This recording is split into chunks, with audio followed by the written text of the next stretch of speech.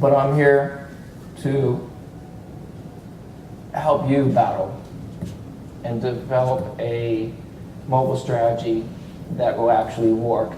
And to do that, I feel we need to really understand shiny new object syndrome. Where does it come from? How do we avoid it? We're all marketers.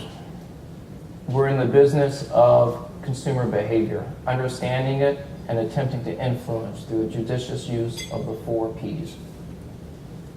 Being in the business of influence does not make us immune to influence.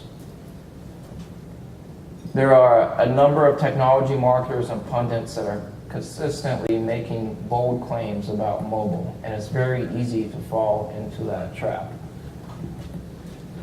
SNOS has been around as long as there's been technology. At one point, the decision to select or not select a new technology was a matter of life or death.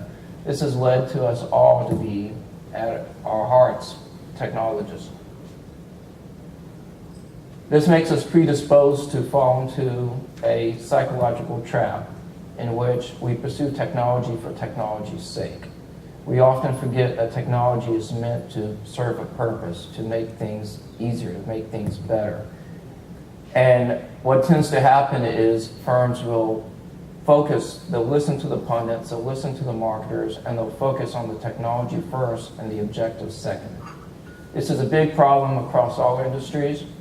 I named a couple of the victims earlier, and there's several ways this happens. And I've seen it firsthand more times than I'd like to, even today. Every year I think it's getting better, but it doesn't seem to be the case.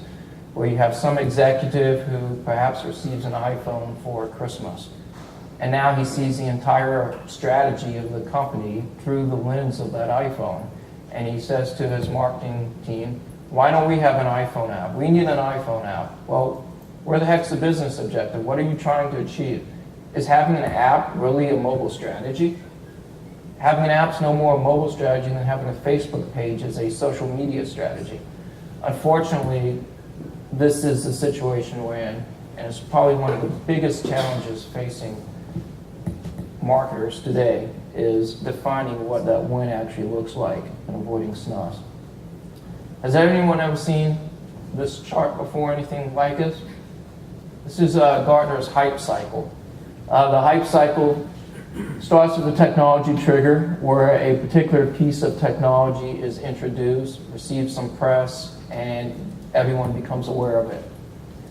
Then the hype starts and you reach the peak of inflated expectations. That's when the expectations are so high, everyone's doing it for no other reason than to do it. SNOS and any other word.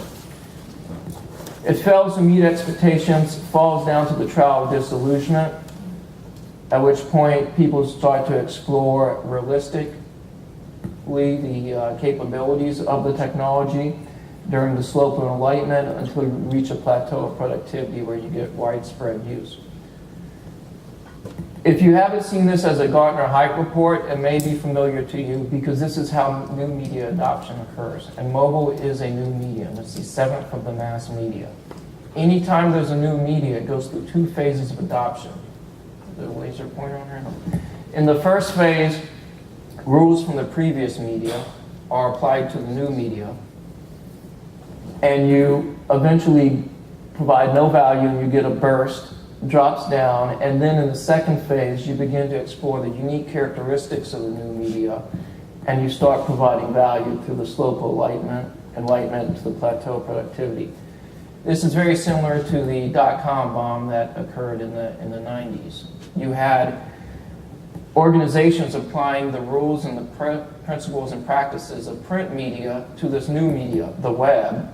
And what did we have? We had pets.com, we had a lot of brochureware, we had a lot of e-zines, not a lot of value. It wasn't until now with the so-called Web 2.0, Facebook, Twitter, that the unique characteristics of the web were taken advantage of and true value is being provided.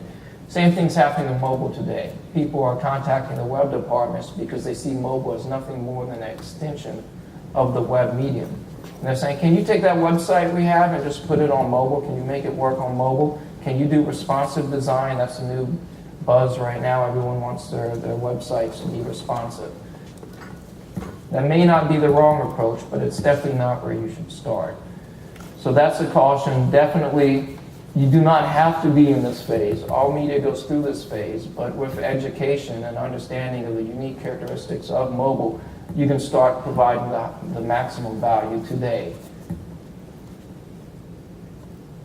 Complications of chronic shiny new object syndrome, I've already mentioned what those can be. You can waste valuable resources, go in the wrong direction. You can try and ignore it like some retailers have. I recently, 2 days ago, I went into the Apple store. Obviously, Apple's at the forefront of delivering mobile innovation. Has anyone tried the Apple Store app yet? You literally walk into the store, take an item off the shelf, scan it with your phone, put in your iTunes password, and walk out. You don't have to talk to anyone. Whereas other stores are trying to ban the use of smartphones on their premises because they're so worried about consumers doing showrooming, which is basically a consumer researching and doing price comparison while still in the store. How many of you have walked into a store, looked at an item, maybe asked a few questions about it, but then ordered it from Amazon.com instead? Anybody? Wow, retailers are in trouble. So how do you prevent shiny new object syndrome? Well, you're going to get a lot of information here today. We're going to provide you with that will help. Don't worry, there's no needles, at least not that I'm aware of. Mostly it's through education. Education like you'll receive today. The Manhattan research information, for example, I will also say that is crucial for your particular industry, for understanding of physicians' use of mobile.